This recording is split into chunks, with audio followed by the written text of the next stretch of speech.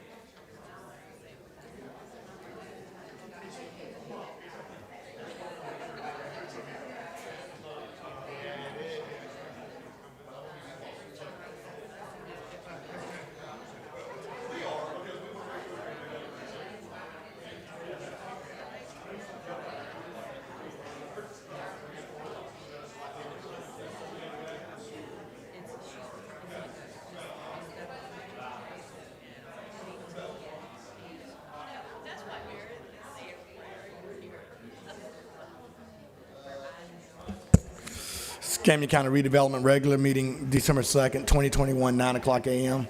Please turn your cell phone to vibrate, silence, or the off settings. Is there proof of publication? Yes, this meeting has been properly published through the Escambia Sun Press on November 25th, 2021. Thank you. Are there any speakers for public forum? Not that I'm aware of, Commissioner. Thank you. Taking on public service consent agenda. One item, a recommendation concerning Community Redevelopment Agency meeting minutes, November 4th, 2021.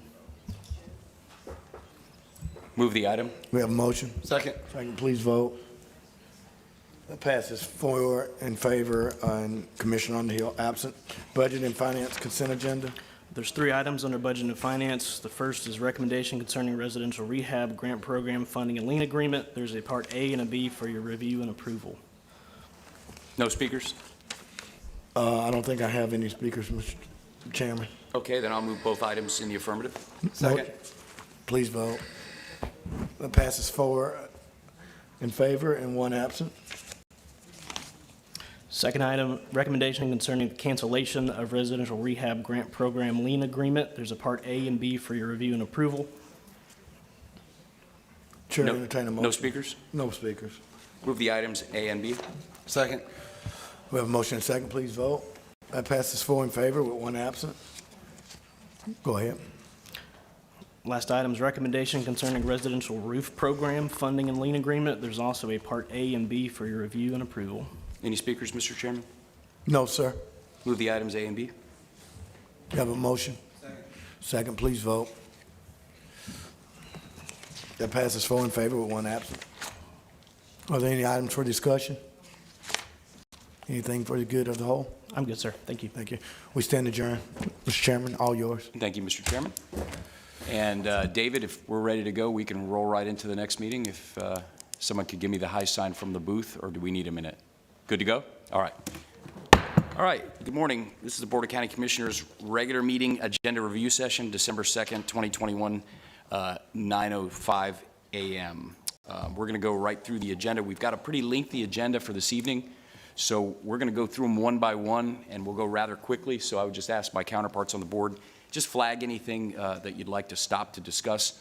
Otherwise, I will assume that we've each had our hour and a half, 2-hour session with staff and gone through these one by one. Tonight, I'll be bringing the invocation. Pledge of Allegiance. Commissioner Barry, would you do that? Yeah, absolutely. Okay, very good. All right, next, are there any items to be added to the agenda that have not been added to Civic Clerk already? Commissioner Bender. Oh, I'm sorry. No, Yep. No, sir. Steve? Yes, I will have one, a discretionary expense at Tate High School for an event on the 16th. Fantastic. Commissioner May? Yeah, I'll have 3 add-ons in there just for PHS baseball and assault and for our human services office, but I think we're going to get it submitted and get it in the system this morning. Okay, fantastic. And Jeff, if I'm not here, I would ask Commissioner Berry to move that item for me if I'm not here tonight. Yes, sir. Yeah, understanding you'll be out for a little bit, hopefully. Maybe. Yeah, I think I'm going to make it back, but candidly, I will probably be gone for about an hour and 15 minutes. Understandable. Yes, sir. We'll make that happen. All right, Commissioners Forum. Commissioner Bender, you're recognized. I'll save it for tonight. Okay, Commissioner Berry? Okay, Commissioner May? And I probably will not be at Commissioners, I will be at Commissioners Forum, but I will be stepping out, Commissioner Begosh tonight Yes, sir. for about an hour and 15 minutes, but I would hope that, I know that pressing issue may be redistricting, and so if that's at the end of the agenda, I would assume that I would be back. Okay, very good. We'll make sure that that happens, and I'll save my comments for this evening as well. All right, Wes, would you have anything for the morning? No, sir. All right, very good. This evening, we'll have the special visit, and then the proclamations. Let's see. We've got Employee of the Month, so I assume her supervisor will be presenting that one. And then we have Employee of the Year. Wes, I would assume that would probably be you. And then Mr. Penrose on his retirement, I assume that'll be his supervisor. Is that correct? Yes. Okay. And then the final two, Commissioner Berry, I understand you brought these forward, but I thought it might be appropriate if you take one and Commissioner May takes the other. Or if you'd like to take both, whichever way you'd like to go on it. I'm sorry, Mr. Chairman, I've misplaced. We're talking order. about Bridget. I'm talking about Bridget and Trey Myers. And Trey. Yes, if I'd be happy to do so. We may have a little change, and if that happens this evening, I'll let you know. Absolutely. Okay. All right, no written communication items. Move forward to our public hearings. Item- Mr. Chairman? Yes, sir. On public hearing 531, I know it's a time certain, and obviously, I was speaking with Madam Council, and we're going to have Winterfest and some entertainment tonight. Sure. And this is not going to happen at 5:31, and I may be gone by 6.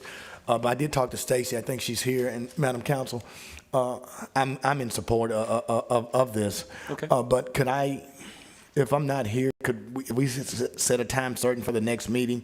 Could we do that without having to re-advertise, or what could we do? You're going to need to re-advertise it.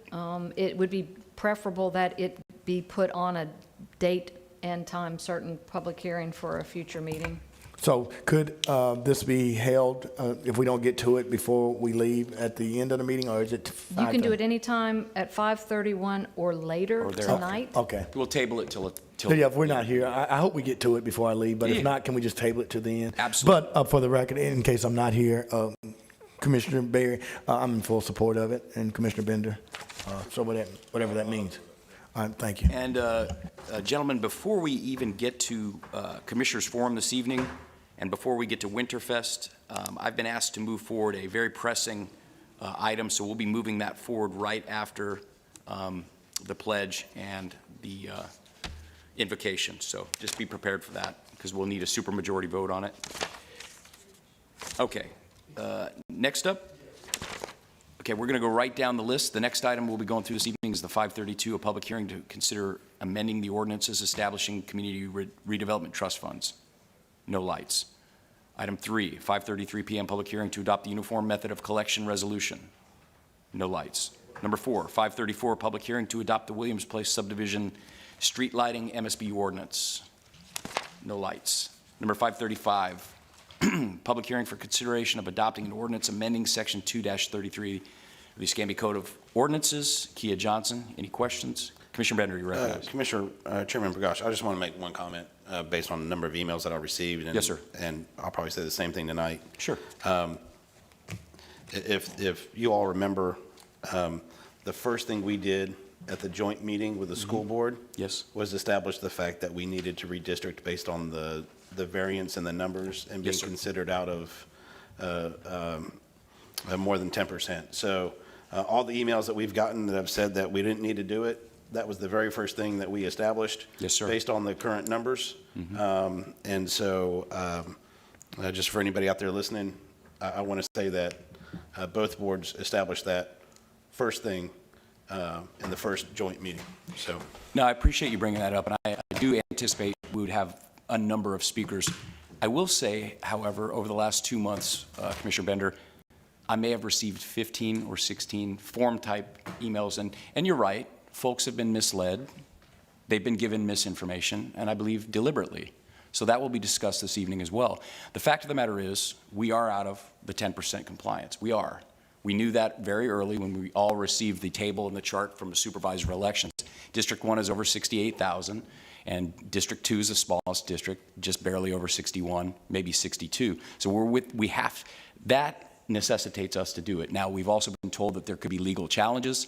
I have asked Allison Rogers to provide me that, because for a while there I thought maybe that was just a paper tiger, maybe the threat of a lawsuit but not realistic. But she has sent me detailed information about several lawsuits that have been filed in Florida counties for just this very reason under the Voting Rights Act. So to those individuals who have received misinformation and frankly deliberate disinformation and frankly straight up lies, the fact of the matter is we are out of the 10%. It is a we've been strongly encouraged to do this year by our attorney, not only our attorney, but school board attorney Ellen Odom, for very, very good reasons. So I appreciate you bringing that up, Robert, and there will be a robust discussion of that tonight. Because it's important for folks, when they're getting information from county officials at town halls, it's important that people get the true information. And when information is not presented that's accurate or deliberately misrepresented, I have a serious issue with that, and we all should, frankly. Commissioner May, you're recognized. Thank you, Mr. Chairman. And I think that you and I both were pretty adamant initially about not rushing this and doing this year, and I took that position. But as you said, upon recommendation and somewhat of a collaboration of spirit with the school board, we moved this forward in the best way that we can. And I agree with you. We can never say we can't be sued, but I want to take the strongest legal position that we can. And I think that's what we've done, candidly, and I've gotten some phone calls and some emails, or why did we redistrict, Robert? Why did we do it so quick? We didn't want to do it, but sometimes we have to do it, just to fall in line with statute and to work with our counterparts. So I just want to officially, and I told someone as late as this morning, that I was going to officially say that Commissioner Bagash and I, neither one of us really wanted to push this forward. Thank you. And Lubin, I'm going to, since we have a minute here, I'm And I know it's going to be long tonight, and it's going to be at the end, but I will be back for this redistricting vote because I know it's important, but I know that we're going to have a lot of speakers because this is, candidly, it is important. It only happens every 10 years. So Correct. I do understand citizens and their alarm and their concern, particularly about voting rights and districting. It changes lives. Redistricting, and It sure it really does. And to your point about not wanting to rush, I went back because, I just want to make sure that I'm clear in my recollection. So I went back to March, April, July, and August, and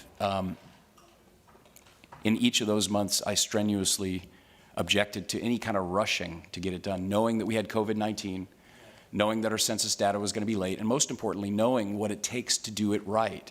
We did this in 2011, right here on this dais when I was a member of the board, and it took 6-7 months to do it right. Because to do it right, like you said, Commissioner May, really does require getting out into the neighborhoods, speaking to people, well thought out, well planned town halls, not rushed ones where misinformation gets put up, but really good town halls with staff, supervisor elections. But we didn't have that luxury. We did not get our data until late August. And in the spirit of working, with my counterparts on the board, and I believe, Lumen, you did the same thing. If everyone wants to go, we can do it. We can work at the speed that the majority wants to go. And so that was the spirit that, I rolled up my sleeves. We got together. I got together with Kevin Adams. I've met multiple times over the phone with Kevin and Vicky, my counterparts in District 1.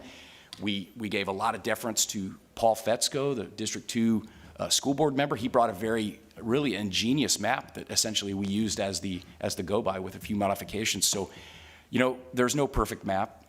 There's no perfect map that could ever be made in 2 months' time. Actually, a little less than 2 months when you take out the holiday period. So, to people that think we rolled out of bed, just decided to do it, that's not true. We have to do it by statute. Typically and normally under statute, we could wait till 2023, and that was my position early on. However, the attorneys have both clarified that that really is a dangerous position to take due to the fact that we are out of the 10% variance. If people are telling you we're not, they're lying to you. We are out of the 10% variance. I'm going to say that again. We are out of the 10% variance. I know people have town halls and they like to say that we're not, and we don't have to rush, and we don't have to do it, but that's not true. The fact of the matter is, we have to do it, unless we want to face almost certain lawsuits. So, with that all said, I appreciate you bringing that up. It's good to clear these things up and get them on the record. Too bad we're not all here to speak to our positions on this. But with that said, we're moving forward, and we will have an up or down vote on this. And I believe the map puts the communities back together as it should. Myrtle Grove will be back together. The communities of Perdido will be back together. And the bottom line at the end of the day, people are concerned that maybe 2 communities might be represented by a commissioner, and that's just too much.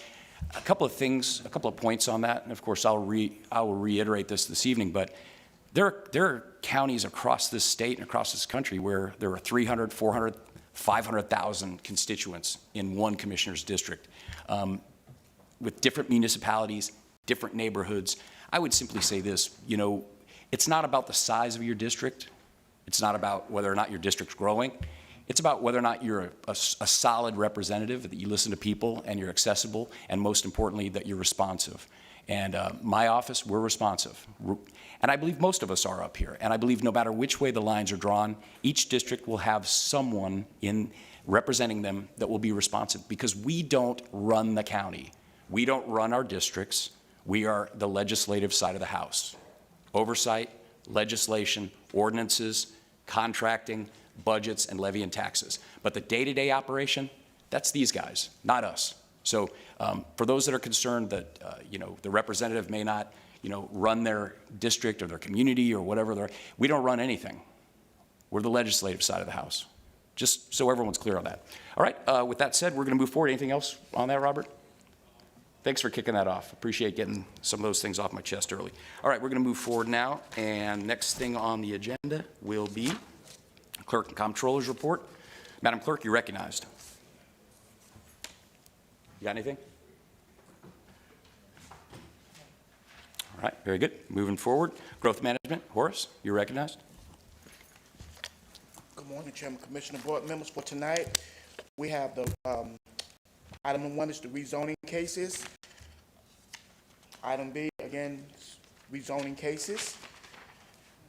Okay. We have item 2, the amending of the official zoning map. Then we have item 3, 5, 4 to 6. This is to review for the adoption of a small-scale map amendment. 4, 5, 4 to 7, consideration of the adopting of amending the official zoning map. 548, we have a large-scale map, we have another small-scale map amendment. 549, another small-scale map amendment. 7, another small-scale map amendment. 551, it's a DSAP, removing of parts from the DSAP area. Okay. Then we have our action items.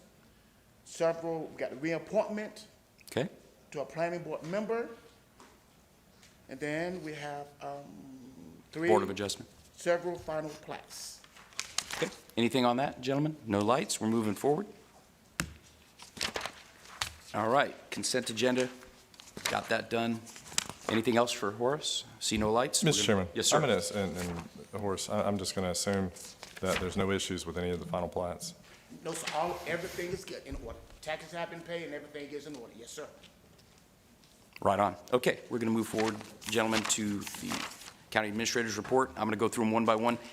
Just stop me if you want, or hit your light if you'd like to talk about it again. We've all had our thorough review sessions with staff, and we've all gone through these and done our own due diligence and studying. So county administrator's report, number 1, recommendation concerning community redevelopment agency meeting minutes. Number 2, recommendation concerning the adoption of a resolution establishing the tax increment for funding each neighborhood redevelopment trust fund. No lights. Number 3, recommendation concerning acceptance of the Affordable Housing Incentive Plan Review Report. Number 4, recommendation concerning a transfer of a 2007 International CE 300 bus from the School District of Escambia County to the Escambia County Board of County Commissioners, Eric Gilmore. No issues. Number 5, recommendation concerning request of disposition of property, Crystal Dedura, Human Resources. No issues. Number 6, recommendation concerning authorization for access and signature for the Transit Award Management Systems. Rodriguez Kimbrough. No issues. Number 7, recommendation concerning authorization for access and signature for the Transit Award Management System. Again, Rodriguez Kimbrough. No lights.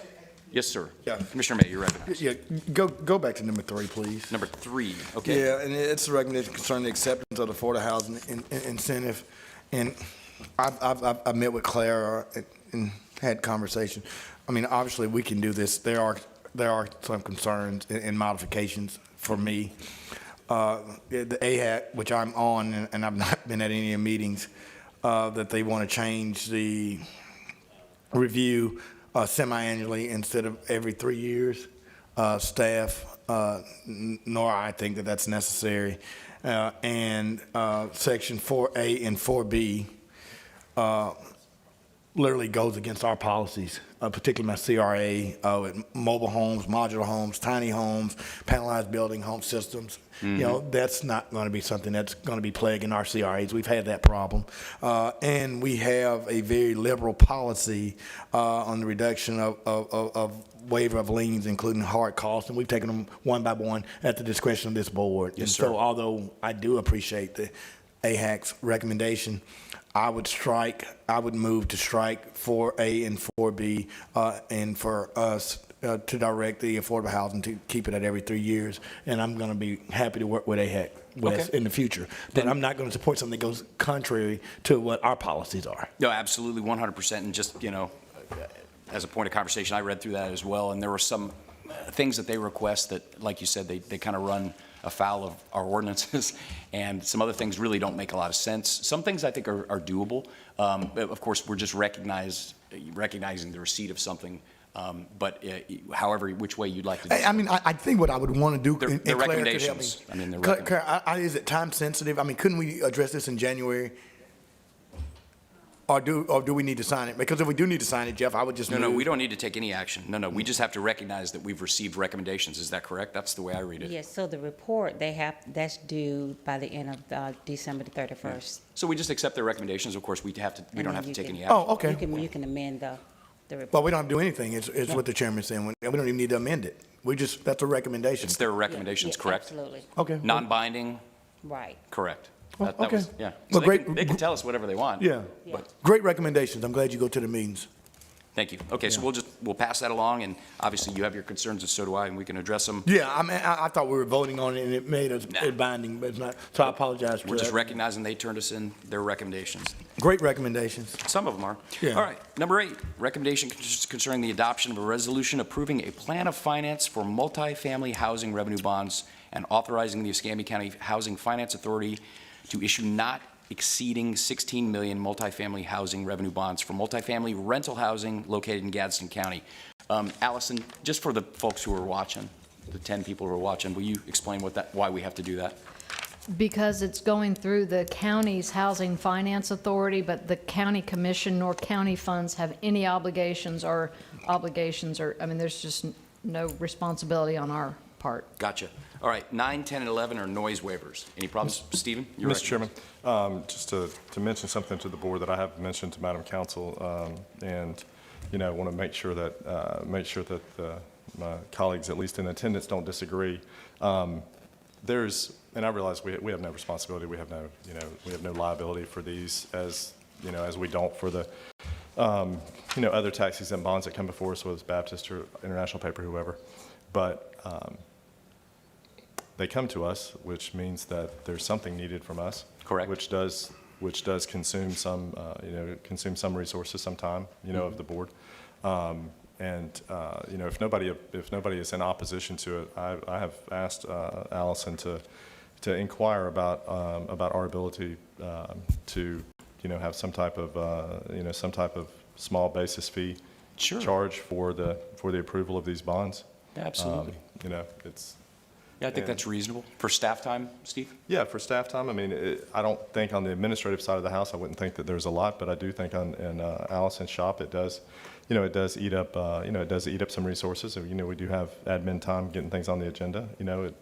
It's something the board takes up for, with no, at no expense. But in this instance, I think it would be appropriate if nobody opposed, if we at least inquire about the, even a handful of basis points on the debt service or on the debt placements that we're approving the tax exempt status of. Right. And if you use a handful of basis points on a large number like that, it could be a significant fee, and that's fine. Something Yeah. could cover some, I mean, and, you know, hypothetically, it could be, you know, somewhat of a small enterprise to the, on the county attorney's side of the house. I like it. That might would cover some outside legal expenses that we have to incur during the year. I'm all for it. Yeah, I think it's reasonable. And Steve, I've never gotten a clear answer. Why do you have responsibility for something you don't have authority for? And clearly, I wish it wouldn't even have to come before this board. And, you know, that's kind of what you'll get from Baptist or anybody when it comes to whether it's 800 million, 16 million. Well, you guys really have no authority, you have no risk. Well, here's the risk when you sign off on a bond in a low-income housing project, when the AC don't work or someone gets raped or the cameras don't work, they don't run to any of the bond people, they run to their commissioner. And so if you have responsibility, you have to figure out how to have some authority, and if it didn't matter, it wouldn't come before this board.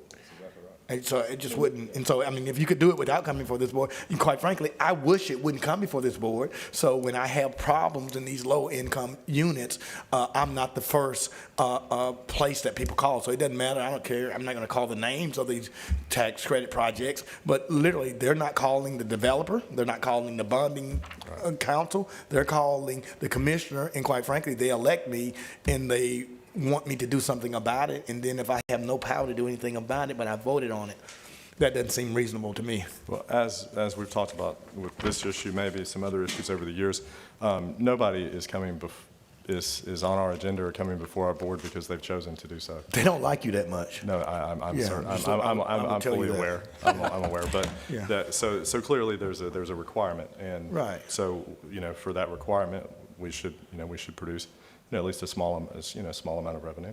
Well, it's frivolous to anyone to know it's not any that much responsibility. Y'all don't have any risk until something happens, and then it gets laid back. I mean, it's all, I mean, you don't need insurance till you have a wreck. And I never get the answer, Mr. Chairman, of why do we put this on our agenda? I mean, Well- because I would prefer not to have it on my agenda. I think that it's necessary for them to place the financing in the bonds, but Allison could go through the Oh, board. absolutely it is. And somebody in Tallahassee thought that because they wanted local jurisdiction, Of course. or you're coming under some municipality. Yeah, no, absolutely. So gentlemen, unless this is time sensitive, Steve, do you want to drop this, have it brought back at our next meeting in December with a recommendation from staff on how to charge those couple No. basis points? Not necessarily. wanna go move it forward? I had mentioned it to Allison. We hadn't discussed it as a board. I at least wanted to bring it up in this setting, make sure nobody was opposed to it. I think Okay. that's enough direction for her to be, to feel comfortable, you know, inquiring about how to maybe make that happen, and that's good enough for me. I'm not familiar with the project necessarily, and I'm not passing judgment on that, and I'm not asking that necessarily. If somebody else is interested in that, No, that's no, fine. sounds good. So we'll No, move- I'm not. I got a lot of friends in Gaston. I hope they're helping Commissioner V. and Quincy, Florida. Oh, yeah. I mean, Been there, done They, that. they have a lot of my friends there. But Pat, I'll see Pat here. Pat, would there be any issues with that? I know you're semi-retired, but well, good. Well, you would be the right one for the answer. Yes. You know, over the years, Just, the Pat, county. excuse me. Speak into the mic, turn it on, and announce your name, please, for the record. Patricia Lott, I'm General Counsel for the Escambia County Housing Finance Authority.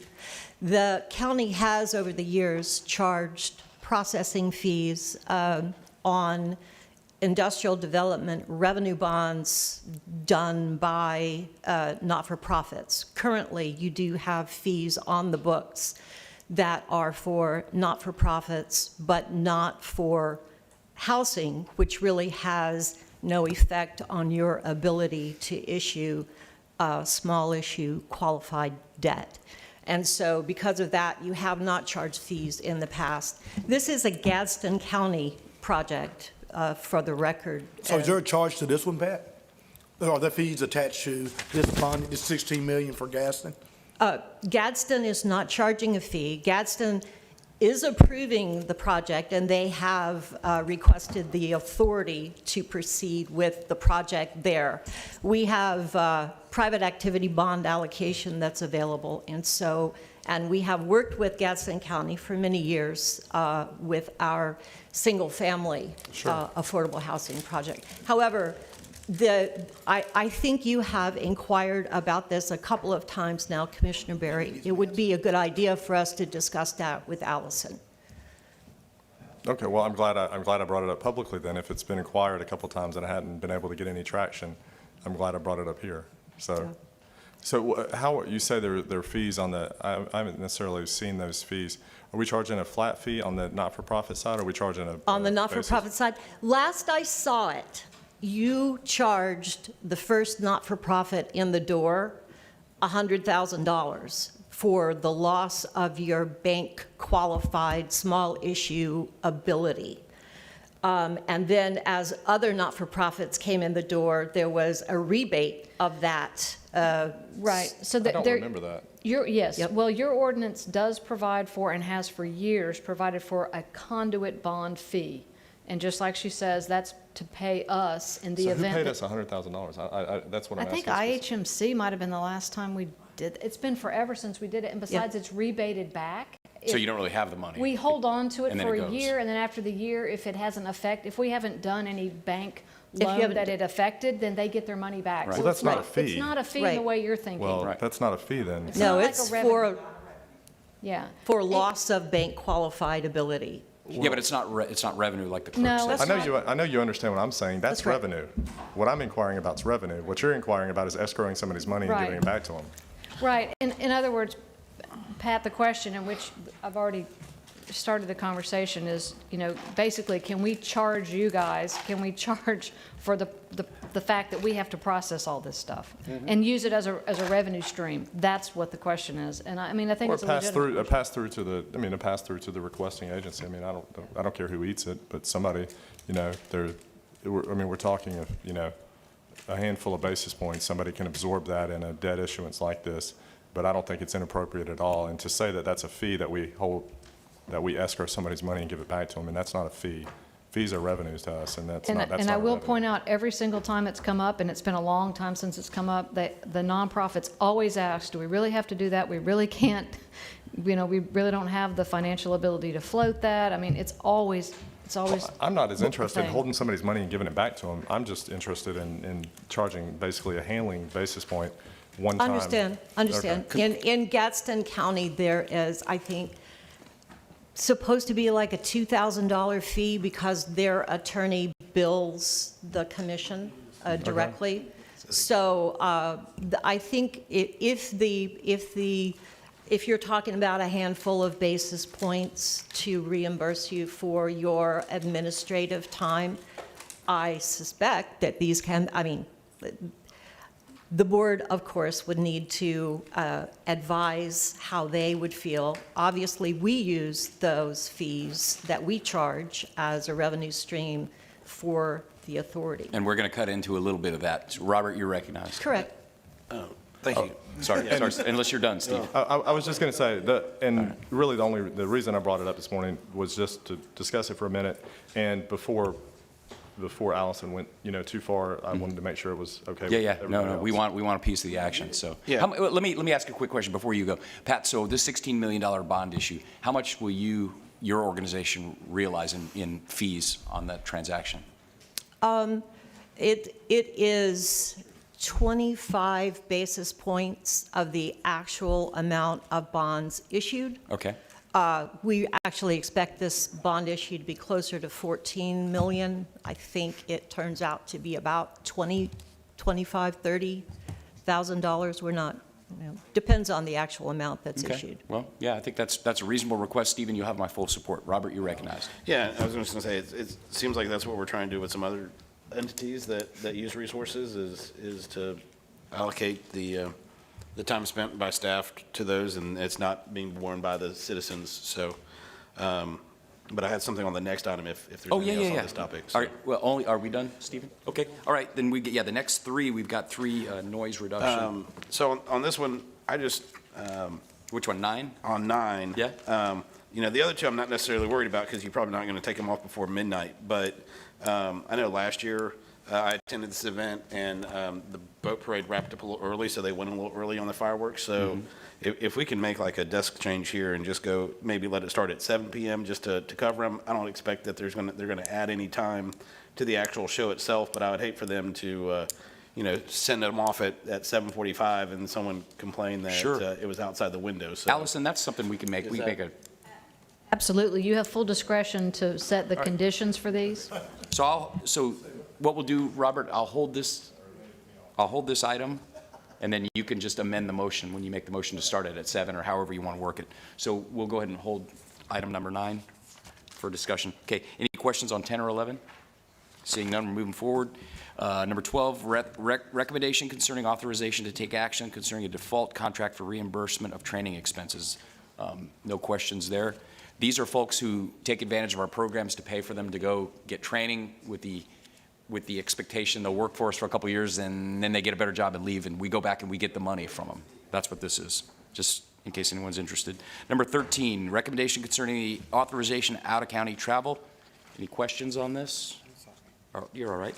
Number 14, thank you. Number 14, recommendation concerning a resolution expressing opposition to any offshore oil or gas drilling activities. Commissioner Bender, you're recognized. Yes, sir, thank you. I just want to say this was brought to my attention. I know our board has supported this in the past, and currently in the Build Back Better bill, there is a permanent ban on oil drilling in the Gulf of Mexico. The voters of the state of Florida supported prohibiting oil within state waters. I believe it was in 2018 or 2016.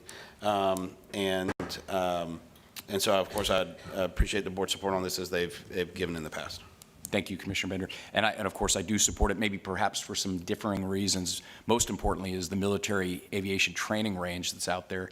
That would be severely impacted by any gas or oil exploration in that area. So, of course, that's the reason I've supported, the ban on the drilling. I read your proposed letter, and I understand the harm to sea life and things like that. Would there be any inclination to also add the importance of the military training range? Because that's what's Yes, sir. Congressman Gates. Was that in there? I didn't see it. I had asked for it to be added. Oh, you So, did? Yeah, because it's the only training range that we have. I think the next closest one's like Australia. Exactly. And that plays such a vital part of Northwest Florida's economy. And the important thing on that, Robert, is, of course, I'm going to be supportive, but Yeah. if we're just doing it for strictly environmental reasons, then it's a somewhat hypocritical stance, because we all jump in our big trucks and SUVs and we consume the oil, and right now we're not producing enough. We're actually importing again. I don't want to get on that topic, but for a while there, we were self-sufficient. Now we're begging OPEC to pump more oil. And so anything we can do to be more efficient and nationally in production of our own energy resources, I support it. But this is a unique. I'll double check and make sure that, Okay. that the military mission's included. Okay, thank you. Yeah, all right, very good. Next item, number 14, recommendation concerning a resolution, number 15, recommendation concerning the conveyance of real property interest to the Florida Department of Transportation. Any issues on this? Seeing none, we're going to CAR 2, Budget and Finance. Number 1, recommendation concerning residential rehab grant program funding and lien agreement. Nothing there. Number 2, recommendation concerning the cancellation of residential rehab grant program lien. Nothing there. Number 3, recommendation concerning residential roof program funding and lien agreement. Number 4, recommendation concerning the appropriation of capital investment program funds. Any questions there on that? All right, very good. Number 5, recommendation concerning state law enforcement trust fund expenditures. Number 6, recommendation concerning the purchase of 500 8.5-foot heavy-duty galvanized interlocking steel barricades for Public Works. And I appreciate staff explaining the necessity for that. Number 7, recommendation concerning the purchase of 2 CAT 725 articulated trucks for waste services. Nothing there. Number 8, recommendation concerning the extension of the USI Broker Services. Crystal Dedura, Human Resources Department Director. Any questions? All right. Commissioner May, you ready? What's that, Wes? What are we doing, or Robert? What are we just extending the contract terms? Yes, sir, we're amending the contract to allow for a 2-year extension, holding in at that $5.91 per employee price, brings it in at keeps us at $125,000 a year. So, because at one time, right, we were saying that we were going to, the USI contract for brokering, brokering was coming up, and so we're not going back out for a broker, we're just going to extend it to 2024, is what you're saying? Yes, sir, that's the recommendation. Was there a reason for that? Well, we feel like we're getting a great service. We feel like we are locked in at a great price per employee at $5.91. And quite honestly, perfectly, putting our procurement and RFPs together out on the streets is a little difficult at the moment. And this is just for benefits, this is not for all of our insurance? That's correct. Okay. Right on. Thanks, Commissioner May. All right, number 9, recommendation concerning fiscal year 2021-22 purchase orders in excess of $25,000. Crystal Dedura. It's a big one, but there's a good explanation behind it. It's essentially, Wes, it's a name change or something like that. We're changing the title. That's correct. It's basically a name change. All right, number 10, recommendation concerning fiscal year 21-22 sidewalk priority program. This is really good stuff. I'm sure you've all looked in your own districts what that's going to look like. Good And stuff. Jeff, I'm going to make a recommendation. Okay, And let's hear it. Just for my District 3, and I've spoken with Joy, and Joy, thank you for spending time with me this week. Okay. You have been a lifesaver. I certainly, Wes, I want to keep those that I have in Wedgwood, but I'm going to prioritize, I don't want to change anything, but I'm going to prioritize which sidewalks. We're going to do the Wedgwood out of our long leaf pot, which the money's already there, but we're going to prioritize out of this pot at the same dollar amount. Correct. Absolutely. And, you know, allocating these funds, it's an allocation. As we move forward, we can still adjust. And add to it and from other add, sources. You know, realign and do some other things with it, so. Okay, that's Absolutely. fine, yeah. I just wanted to acknowledge that, and Wes did want to thank Joy this week, Joy and Claire, for spending time with me and Audrey to kind of work through this, so certainly we Yes, sir. appreciate it. Absolutely. Outstanding. Okay, very good. Number 11, recommendation concerning the purchase order to Lux Solar on the state contract for 2 pedestrian mid-block crosswalks out at the beach. Any issues with that? Lumen, you're recognized? Oh, I'm sorry, Mr. No? Robert, did you want to talk? Nope. Okay, you're good to go. 12, recommendation concerning the Florida Department of Transportation 21-22 Transportation Alternative Program grant applications for Escambia County, Florida. No questions, moving forward. Number 13, recommendation concerning a change order on contract PD 2021.003 to Green Procedures Incorporated for Portofino traffic calming landscape. And we discussed this, Wes, where's that funding coming from?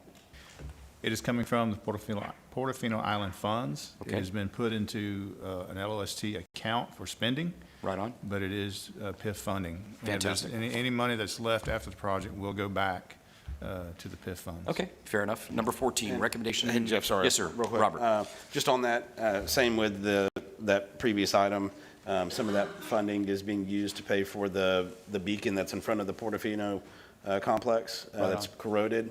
And then we'll also be seeing something in the future where they'll be adding some crosswalks and things to Pensacola Beach using that same funding. So Fantastic. I appreciate Portofino willing to spend some money out there for everybody. All right, very good. Number 14, recommendation concerning the issuance of a purchase order to Sigma Consulting Group for the North Ermine Street Bridge project relating to Hurricane Sally for the engineering department. Questions on that? 38 grand. Yes. No, I don't have any questions on that. Hopefully you get a bridge, Commissioner Berry, if that's your district, but Rod, maybe, Jeff, I do have Okay. about Hurricane Sally. See Rodriguez here, maybe Rod, someone needs, Rod, maybe you can come forward to Wes. I'm real confused. You know, I spent a lot of time over at Rosa Parks, and then in my visit this week was, are our Hurricane Sally claims not covered through our FEMA or through our insurance? And where are we on those repairs? We've talked about them for over a year. What are we doing on these repairs at Rosa Parks? We're putting together our estimates and our scopes of work. The roof repair at ECAT is going to run about $800,000 to $1 million. That is not going to be covered by insurance. Was it damaged during the insurance? Why wouldn't it be Well, covered? what insurance is saying is that it was a lack of maintenance prior to the storm, that there was damages prior to the storm that were in place, and therefore they are not willing to cover that expense. I love all the So responsibility we get have- after other people leave. Yeah, that Yeah, makes- a lot lack of maintenance, but we spend millions of dollars on the maintenance department. Well, we have submitted for a grant that we should hear back from within the next 30 days. That will give us money to do some of those repairs. And so we are continuing to plan and look for resources to enact some of those repairs. So we are going to do the repairs. Absolutely. we're gonna And do it's it. unfortunate. I mean, to me, that's not under your responsibility. That's a management problem. As Jeff, take all the hits up here, and you pay people fair salaries. We vote on people making six figures to run maintenance departments, but yet we're not being able to be reimbursed by insurance because we didn't do our general maintenance. In the meantime, employees are in mold-filled, rainy buildings. And, so I just wanted to publicly say, they dealt with that issue at Rosa Park for far too long. And they need to be addressed. I don't know where we get the money from, but if you would bring it, I'm willing to be We are- supportive. We even have a sign that should have been moved from the last management company, how many years ago? The current sign there is from Veolia. It has a Lazy Cat logo. Our actual logo is the Escambia County E, as well as the My Escambia logo. So what I can say is that though it's a competitive grant, the 5339 grant is competitive. If we're not able to receive those actual funds this competitive period, here in the future, I can say, as I told the county administrators, as well as I can tell the chair and you all as the board, that that's going to be one of the projects that we will diligently work for to ensuring that this next competitive grant cycle, we exhaust all of our efforts to ensure that we are competitive, because it is time for us to be able to drive towards excellence, and we can do that by putting the time in. And Rodriguez, just let me just say candidly, I mean, that's an asset that we own. It's a building. If this building was leaking and falling in, it would have been fixed years ago. Our employees deserve to work in a good environment. And, if things have been neglected, I don't know those until some driver says. I was unaware of the neglect on the roof. I knew the building had damage, and I was led to believe that. But candidly, for me, it's disappointing, the condition of that building and the lack of attention that it's had. And so I hope that we remedy that, Wes. Commissioner, we're working hard and fast on that. We're going to pursue, like I said, we're pursuing grant funding. We're pursuing some other things. We're also going to be moving forward with an appraisal and values for all of our buildings. For our insurance, I believe we're a little bit outdated in some of our values to our buildings. So we're going to be moving forward with that. And we will absolutely bring you a plan to address Rosa Parks. Commissioner Barrett? I don't even know if that's the right location for the building anymore. I mean, we've not addressed our physical plant of transit in, 100 years since it's existing. And so we need to begin to move in the modern world with our transit system. So I can say, Commissioner, that we have had a meeting, of course, with the engineering staff over the past, I think it's been about the past 3 weeks, in hopes that now as we move forward, we actually are able to, if it's a possibility, put together something, a comprehensive packet that actually, details how we can actually have a state-of-the-art facility in a new location, if possible. But if we have to stay where we currently are right now, we're going to do everything we can to make sure that we get the roof, not only just the roof, it's not just the roof in itself, but we need to ensure that we're going to ever change our ridership demographic. We get something that's aesthetically pleasing to hopefully new consumers. Hopefully we can build ridership with different demographics. So I'm hoping that we can do those And things. Rodriguez, you're just on the job, and you don't have to go any forward. I'm really saying this to the administrator and to my colleagues, because if it was the sheriff department building, we'd had it fixed. If it was the judicial building, we'd had it fixed. If it's the building that we had, we'd had it fixed. The same attention that we give to those buildings who people who have influence, we got to give them to community centers and to those who don't have a voice. And it's not your job to advocate for it, it's mine. I just need to be informed. So Yes, sir. I do appreciate it, Rodriguez. Thank you, sir. Mr. Chairman. Thank you. And so I just needed to bring that out, Jeff, because I think it's unfortunate and unfair that the underserved and those who may not have a large microphone to not have their building. We wouldn't let our courthouse do that. No, I absolutely mean, we not. spend a ton of money on it. We wouldn't let our sheriff's department buildings do that. We can't let our community centers and mass transit buildings just fall apart because lack of maintenance. No, I agree That's why with we pay staff. I agree with you 100%. Thank you, Mr. Chairman. Yeah, and before I recognize Stephen, I just would say to your point, you said something or I heard something that was very interesting, that the insurance company just unilaterally said, well, we don't want to cover this claim because we don't think you maintain the building. In real life, you fight something like that. Insurance companies, I don't like them. They're not there when you need them. Sorry, Robert. When I got sued, my insurance company... We were making those decisions. Yeah. We'd be fighting for you. When I got sued, my insurance company was Lloyd's of London, and they said, we're not going to provide coverage because of, this clause in page 200 of your 1,000-page and I had to hire my own lawyer to sue their guy, and that's how I got coverage. So, Allison, I want to know, did we acquiesce to that judgment by the insurance company? Did we say, yeah, you're right, aw shucks, or did we fight them and say, no, we want every dime, we pay you millions of dollars a year? Commissioner, we have been aggressively arguing. Are we suing them to provide coverage for bad faith? No, we're not in a lawsuit at the moment. Well, why not? Why not? And I mean, unless we either didn't maintain it and they're right, or we did maintain it and this insurance company's trying to make money, because they make money when they deny claims. And Jeff, you got a good point. They renew the doggone I got a great policy point. every year. It's up to them to send someone out when they renew the policy to tell me what shape it is. You do a 16-point inspection. I do them. I make a living off doing insurance Yes. inspections. And every year, a contractor, someone signs off on it. You get your 16-point inspection or your mitigation report. You turn it into the insurance, and they write the policy. Absolutely. And so they accept that there is liability on the guy like me that's a certified home inspector, or whoever signed off on the mitigation or verification report. So every year that should happen. So how can they tell me that it didn't have maintenance? Yeah, just because we had a I hurricane? need more information on that, because Yeah, now I don't like what I'm hearing. I'm not a fan of insurance. I know you need it. I agree. You just made a good point. I don't understand how Yeah. you tell me what. I mean, you have to fight these things, and that means you have to engage your lawyer sometimes. And we have 6 lawyers in our building. So if we're not engaged, I want to know why, and I'm going to find out. All I'll right? get you the information, Commissioner. I mean, there had been, Commissioner not what Barry. I was going to say, but, previously, I mean, there had been not a tremendous amount of appetite for engagement across the hall with the attorney's office for whatever reason. That's previously. changing. Well, ideally. What I was going to say when I clicked my light on was just, did we agree with their assessment that the roof wasn't maintained? Sorry, I stole your thunder. Oh, well, I don't, if we agree with it, I mean, it's one thing, but do we agree with that? I don't know that we necessarily are in agreement with it. We are, I mean, Mark is, as I stated a minute ago, he has been aggressively arguing with these insurance companies and going back and forth with them. We don't just accept and say, okay, we aggressively go at them and try to work through the issue. And I can certainly provide you more background on this particular case. Is Liz in here? Liz is off today.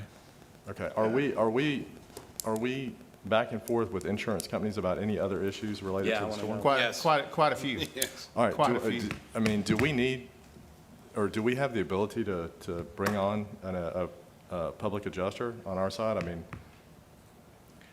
I would be, I would assume we would, yeah. I'd be, and Allison, I don't know, I'd be willing to share revenue if that's how, I don't know if they work in the public sector the way they do in the private sector, but if it's a case of sharing revenue that we're not going to get now, it's just like litigation with a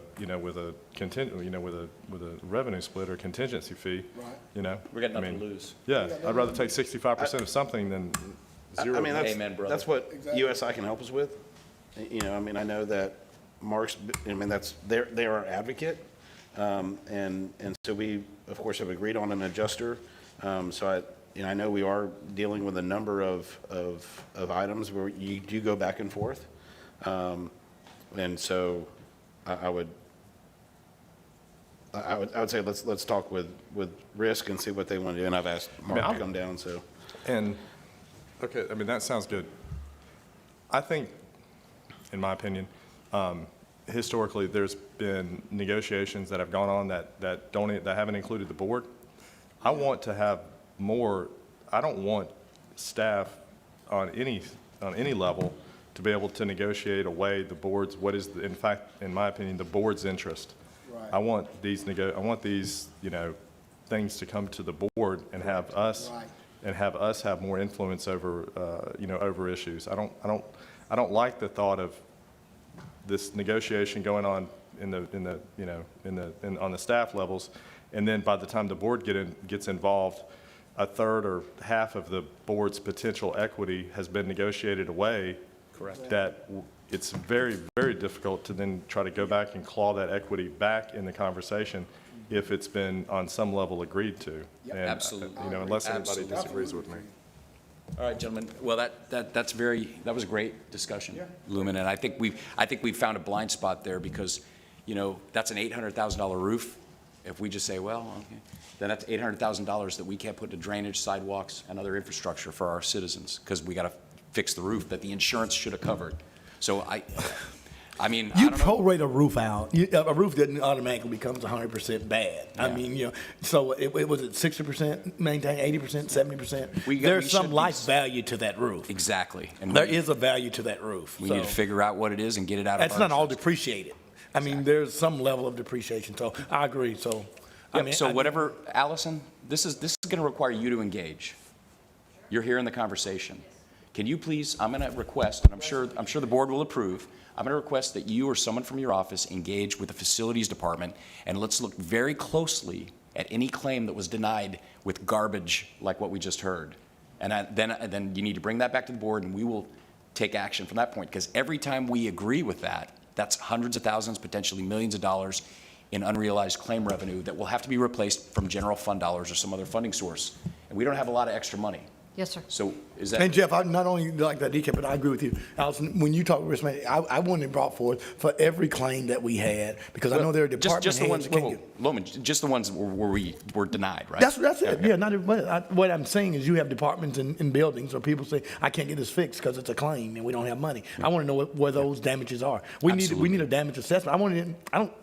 I don't represent your district. I do want to know where all the damages are in my district that are not being fixed. Absolutely. That's how I'm elected, And I by making think- sure it's fixed. And I think Allison will work that forward for us, and then she'll bring a recommendation. And if it's not something that, an attorney in her office can handle, then we'll take action from that point forward. Anyone on the board opposed to that idea? Seeing none, that's what we're going to do. Thank you, Allison. All right, we're going to move forward now, gentlemen. Number 16, concerning the surplus sale of county-owned real property at 3448 Vantage Road. No issues. Number 17, recommendation concerning the issuance of purchase order to Dynamic Security for security services at the entrance to the courthouse. No issues. Number 18, recommendation concerning the purchase of network switches for the MC Blanchard Judicial Building. No issues. Number 19, recommendation concerning the approval of expenses through the reimbursements of the public health and safety payroll from the CARES Act. Any issue? Okay, number 20, recommendation concerning the appropriation of capital improvement program funds for the Southwest Greenway land acquisition west of Fairfield Drive. This one, I believe, is this the one that requires the supermajority west? No, okay. No questions on that. Number 21, recommendation concerning Pensacola Mr. Beach. Chairman, I Yes, sir. apologize. No, you're all right. So 20, is it, Commissioner Burgash, this is something that was handed out either late yesterday or early this morning. Yes. Come from you? No, not from me. No, absolutely not. Currently, I believe it's in District 2. So far as I can tell from looking at it, I believe it's potentially could be in District 1 after but I believe this one's been on the board. Chips, do you want to come forward and explain it? Yeah, are we just pushing the money back into, what exactly are we doing with this, Chips? Because we just had a couple of items about the Greenway stuff in the last couple of months. We did have a budget amendment on the last county commission meeting agenda, and that was pulled from that meeting and put back on this meeting so that it would come to the same meeting as the discussion item that Commissioner Burgash just mentioned. But The basically, discussion item, this, No, it's similar, but it's a different later? parcels of land, and it's above the appraised value, but it's for mitigation, wetlands purchases. is this part of what's funding the mitigation purchase No, later? is this one? Yeah, it is, okay. yes, there's about 500 acres, I think, in total. Yeah. There's 300 acres on the discussion item, and then there's 200 acres, On or this maybe I item. got them backwards, for the budget amendment. But it's all for wetlands mitigation and also expansion of the Southwest Greenway further westward for recreational benefits. Yeah, I mean, are they actually doing recreational benefits, or are we just conserving it as swampland? Isn't it all swampland? We have a Southwest Greenway, about 10 miles of that's already been constructed Yeah. with boardwalks and Yeah. trails that extends past Fairfield Drive from Bayou Chico westward. And the whole concept of the Southwest Greenway is to connect Bayou Chico with Perdido Bay. So we have an additional 10 miles to go further westward, and this would help meet that goal. Lots of things are conceived that don't Sure. actually come to fruition. That's 20 miles of a walkway. I mean, that's a Right. pretty large lift, even over a long period. Anyways, so this funding is part of the funding for the later acquisition It's all. in the meeting? for It's the- all the same owners and it's for over 500 acres of property. But what I'm saying, the one item on here about the LOST reallocation is going to be used in the later, if we take action on the acquisition. If we purchase the property, that's Right, and correct. these have already been, these allocations are already existing in our LOST allocation. They're proposed in the LOST budget, correct? So this is Proposed in the budget, okay. I take this item to mean that they're already in the budget, and we're moving the year. Is that correct, Tim? Yeah. Proposed in the budget and in the budget are two different things. Yes, Commissioner, these are ones that were in previous years I did provide. We can re-provide the LOST information for you. But It appears that it's there. You're alluding to the fact that it's there, and if that's the case, that's okay. I just Yes. want to make sure. So Make sure it's not a new Yeah, deal. they are there. Yes. Okay, all right, good enough. All right, thank you, Mr. Chairman. All right. And it doesn't need to be held tonight. I just wanted to clarify exactly what this item was. I think there's a bigger discussion about the other one? usage of it, but okay, thank you. Okay, very good. All right, so we won't hold that one. Number 21, concerning Pensacola Beach projects approved by the Tourist Development Councils. Robert, would you like to speak to that at all? Oh, I appreciate it, Mr. Chairman. I would just say that these are, one of the line items in the budget this year was for beach projects that I've been working on for a couple of years. And once we were able to get some more money, the board approved that. And so I'm just bringing that forward so that we can get started on working on those. Some great, improving some assets out there. And for those of you who don't know, I mean, the beach ball is iconic. Yes, it is. But it does not function as a water tower. It is Correct. ours to maintain, and so it's more of a, it's almost like Feature. a feature, yeah, it's a sign, so it's not infrastructure. So just putting this on as we go ahead and start moving forward on projects. Right on. Commissioner, I had a question about that this morning. I just want to make it perfectly clear. We are not looking to change the design. No, sir, we are not. We're just We are simply looking at- refurbishing the. Yes. Just want to be clear. And getting it assessed to make sure that it's not deteriorating from the inside out or anything like that, and just make sure that we can prolong its life. Absolutely. Look forward to voting for that. All right, number 22, recommendation concerning a funding source change for the county correction facility property hazmat abatement and demolition project. Nothing there. 23, recommendation concerning the contract award for Quietwater Beach Pier project. I appreciate the discussion yesterday on that, Wes. Look forward to getting that one done. Stephen, your light is on. For this pier stuff. Yeah, so this was added as well, and Yes, it was. I'm not necessarily saying I have an issue with it, but I got one page. Wes, do you want to explain that? The pier, the Sally funding, the pier for the Is there Whitewater? some backup with the bid tab sheets and all that stuff? Where does that exist? Joy? Joy's coming forward.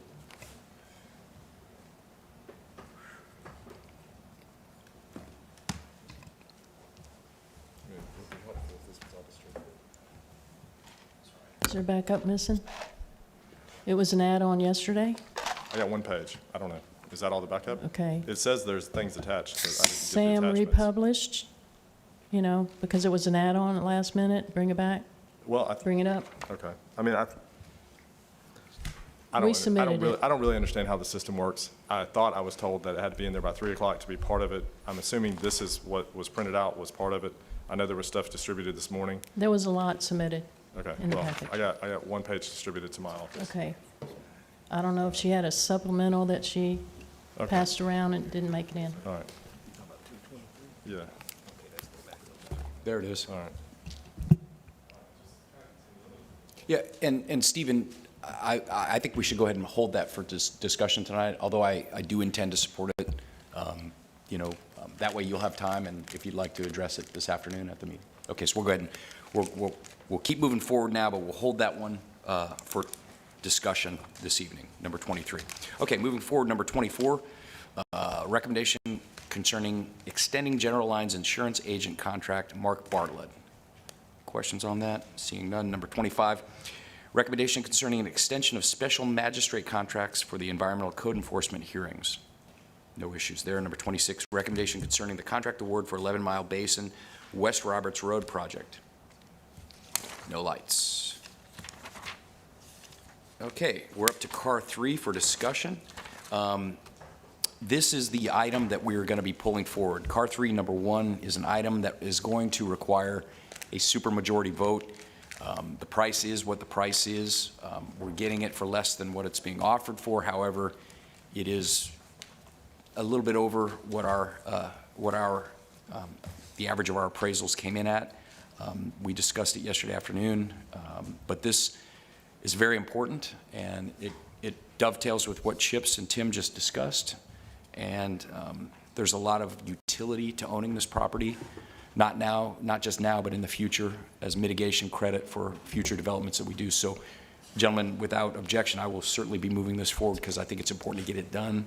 And at the beginning of the meeting, Stephen, you're recognized. Yeah, thank you. So, Tim or Chips, or one of y'all?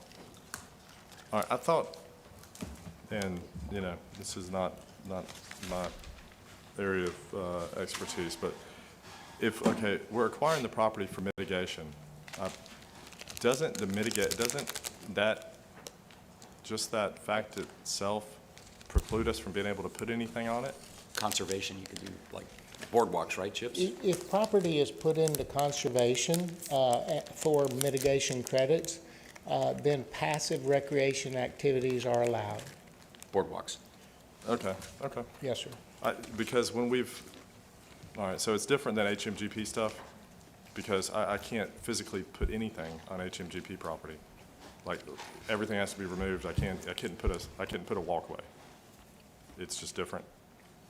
Yes, sir. Okay, all right. This is mitigation that the Corps of Engineers and the Florida Department of Environmental Protection.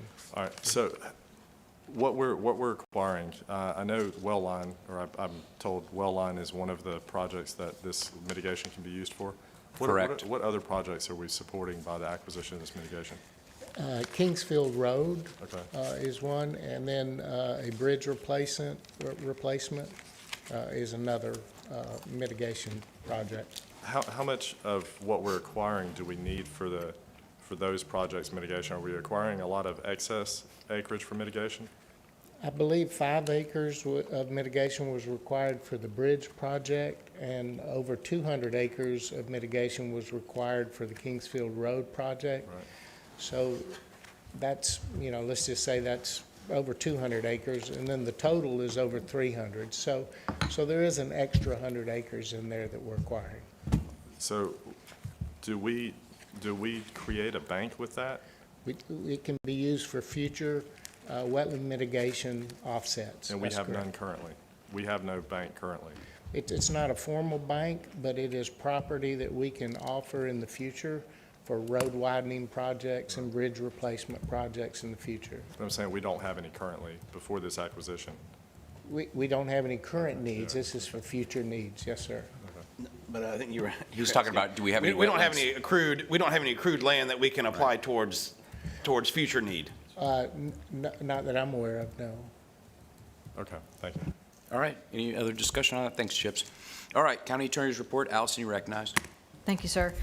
There are a handful of items on tonight's County Attorney's Report. The first item, this is a Commissioner Berry item, District 5, Pine Brook subdivision.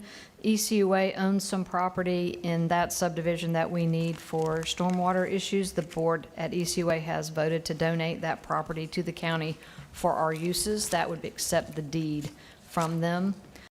Item 2 is expansion of the legal services for former employee Matt Salover. You guys previously approved up to $25,000 for those purposes. This would come under that previously established cap. Allison, I thought we settled Matt's case, didn't? That's different. What's this? This is for matters that have been brought against him for things that happened while he was our employee. That's separate and And who apart. brought him against him? I can't disclose that in this particular instance, but there have been some complaints that have been filed related to his service for the county. We can discuss it offline, but so far, only. Oh, no, it's good. It's Yeah. ridiculous. It is ridiculous. It's Believe me. ridiculous. We Okay. keep getting responsibility for things that we should have authority over. It's ridiculous. I agree. For multiple reasons, it's ridiculous, but it is what it is. All right. Yes, Allison, continue. Yes, sir. Number 3, this is at the request of the Levin firm that we execute 2 participation forms related to 4 of the 12 defendants in the current phase of opioid litigation. This is a documentary requirement so that we can get in the queue related to some of these settlements that are coming out of the opioid litigation. What does that require us to do, Allison, specifically? The- When we approve this tonight, then what happens? So Just that explain just it. allows us, so the participation forms, they have to have a certain percentage of the plaintiffs and eligible parties who might be able to get this money. A certain percentage of them do have to be willing to say that they're willing to participate in the proposed settlements that are going on. We would like to be able to, A, help them reach that threshold, and B, of course, we would like to be able to be recipients of the eventual funds that will come out of this. So this just allows us to get in the queue and to be a participant in those settlements, which will hopefully come to pass. If you recall, back in July, the board did vote for a resolution that had to do with the Attorney General's office. These monies are expected to flow through the state Attorney General's office down to the municipalities and counties. There are some steps that we're going to have to take to set up the infrastructure to eventually spend these monies. I have a conversation going on with CDAC, whether or not they are eligible to be our task force at the local level. We're also going to be obligated to have an interlocal with the city of Pensacola. In other words, we have to be a team, all for one, that we're going to have a strategy to help spend these monies, because as you've been told, these monies are going to be very restricted to very specific purposes having to do with drug-related strategies, anti-overdose education, all those sorts of things. And how much, is it about 800 grand a year for how many years we're going to get? So I would say at this point, please hold off on a specific figure, because Right. it's very speculative in that there are multiple defendants and there are multiple phases. This is 4 of 12 defendants. I've been told there are other phases to follow, and there are these sort of formulaic, you've got all these municipalities and local governments, and so I would just say resist at this point trying to put an exact figure.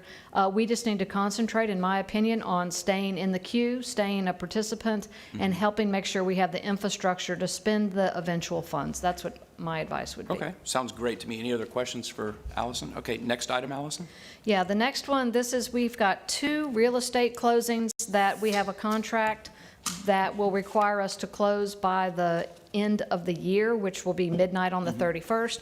And in anticipation that it might be difficult to get the chairman at all times between now and midnight on New Year's Eve, we're just trying to loosen up the authority. I can tell you the 2 properties that we're concerned about.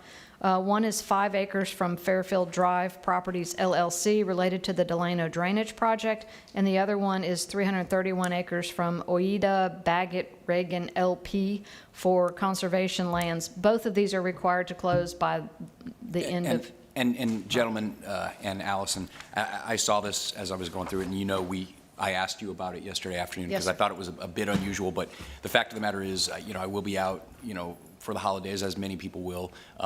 And if this is needed in an urgent basis, I think it's reasonable, limited only to those 2 items. Only Absolutely, that's fine. those 2 items. Yes, sir.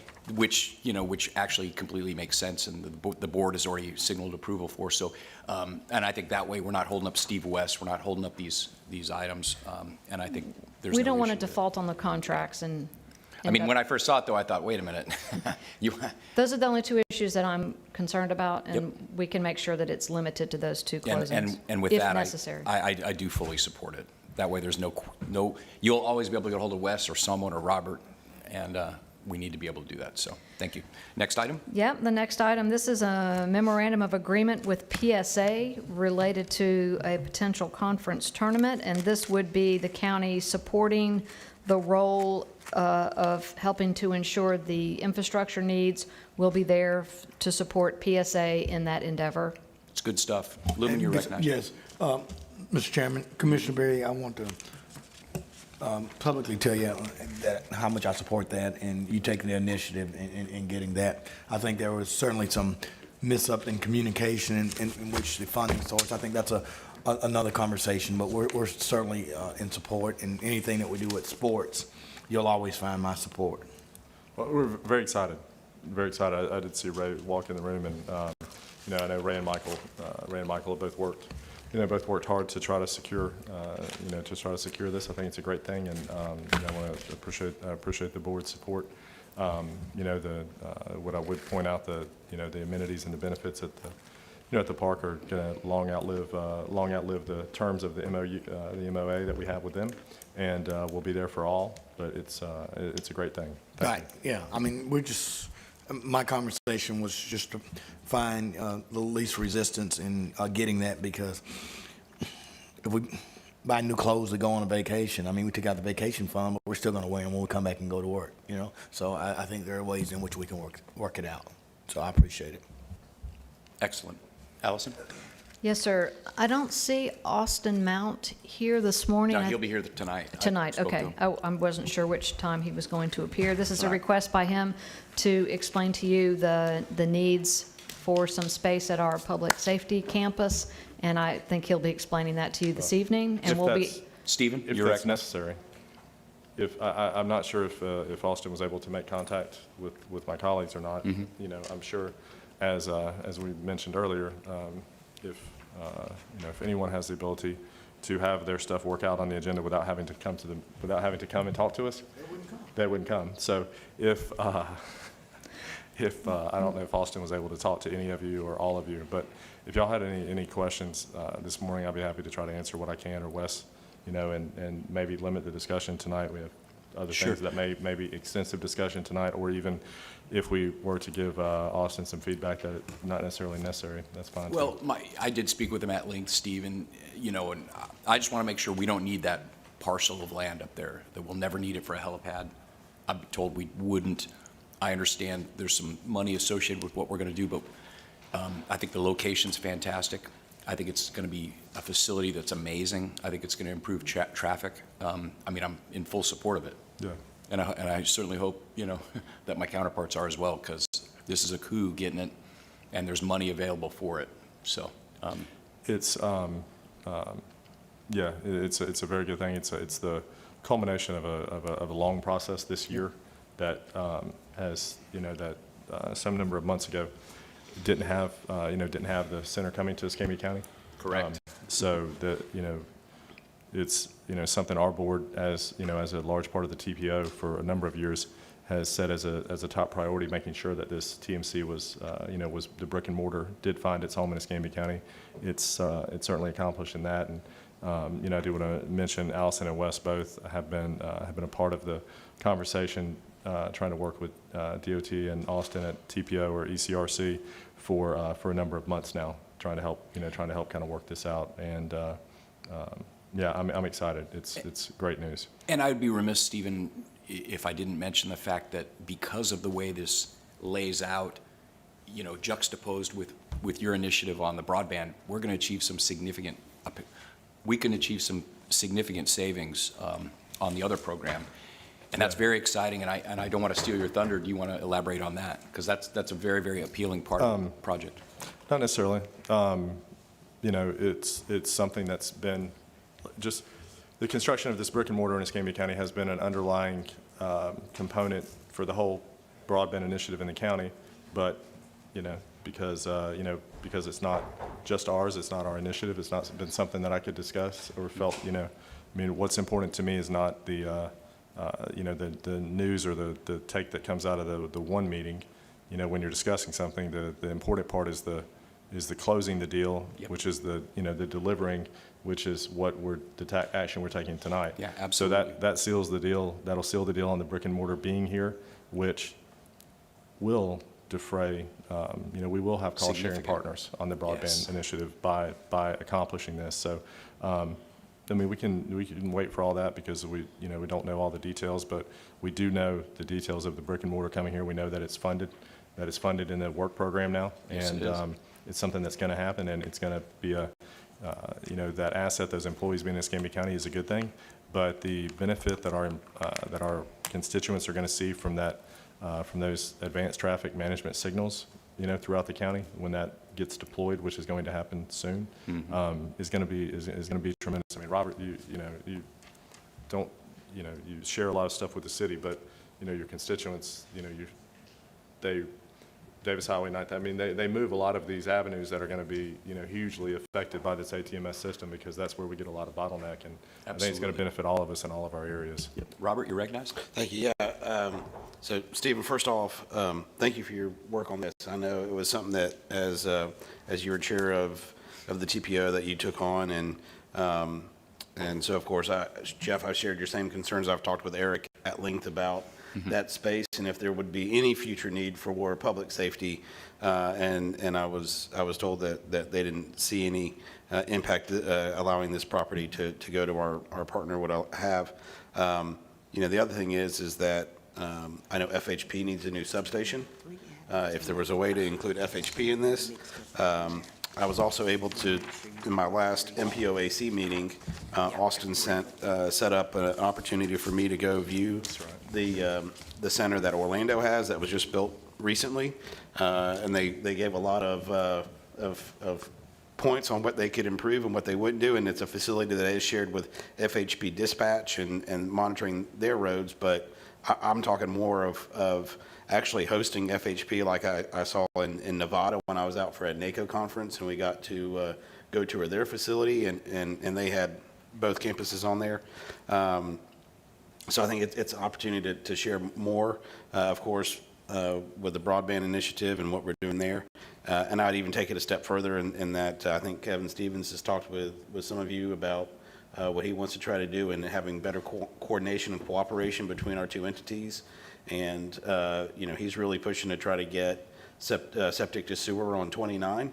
And I don't know how close we can put those two things, but if we're able to do all of that at once, then I think, I know ECUA would like to jump on board with that. So, but really, Commissioner Berry, thank you for your work on making sure that we got this in. We do see the benefits, even just with FDOT retiming Davis Highway, as you said. I know Andrew McKay's posted videos how he's been able to make it all the way down Davis Highway without getting stopped at a red light, which I think we all know was not doable before FDOT did that. And so there are other corridors they're working on, and I do know how much of an impact having eyes and being able to control an intersection can have on the flow of traffic. So it's great that we're moving forward with this and that we can do the efficiencies of other projects that we're doing. But the FHP is some traction that we haven't been able to secure yet. So if there are some ideas or some relationships that may be able to help with that, obviously they have an asset. They've got infrastructure and brick and mortar on the ground within about a mile as the crow flies, to Stumpfield there. So that would be, that would be a great thing. And when like I said, we just hadn't been able to get a lot of traction there for whatever reason. But I'll reach out to the commander of the area and see who else I can reach out to. I think there would just be the added benefit of even having them on site when the EOC is operating and in an event that your substation for FHP's in the backyard. So I mean they have as much or more influence of anything going on when we have an event like that. Right. I mean they obviously have a lot of authority and a lot of rights, especially on the thoroughfares that are going to be open first. Yep. As they control the ones that are going to be open first. Yep. Right on. Allison? Yes, sir. The next item, this is at the request of Commissioner Bender, that the board consider a request from Engineered Cooling Services. I'll listen to the board's Commissioner Berry, feedback. you're recognized. Thank you, Mr. Chairman. And Robert, I appreciate you. I appreciate you bringing this forward, to discuss. If depending on, I see phone's gone. It looks like Commissioner May has stepped out, but depending on y'all's appetite, what about trying to look at? I mean, we have the ability to, the project that's going there is going to be adding jobs, and they're well compensated jobs. Yes, It's going to they be are. adding jobs. They're well compensated jobs. We have the ability to use that economic development exemption in the same way on an MOU with the company. I think I would prefer an MOU rather than A straight sale. a straight sale. Yeah, me too. Let's do it. Yeah, and I appreciate that. So the owner and Florida West had reached out to me on trying to get this done. I know that it's not in my district, but I think he had talked to Lumen some, and I met him out there. The The difficulty is that it abuts the, our facilities that we're turning into a retention pond. And so what probably could have been an easy, you know, hey, we'll just give you a little bit of land on your side of the street, is being utilized to relieve a stormwater issue. You know, whichever way the board feels, you know, I'm just bringing it forward because they're under contract and they got an extension to try to work this out.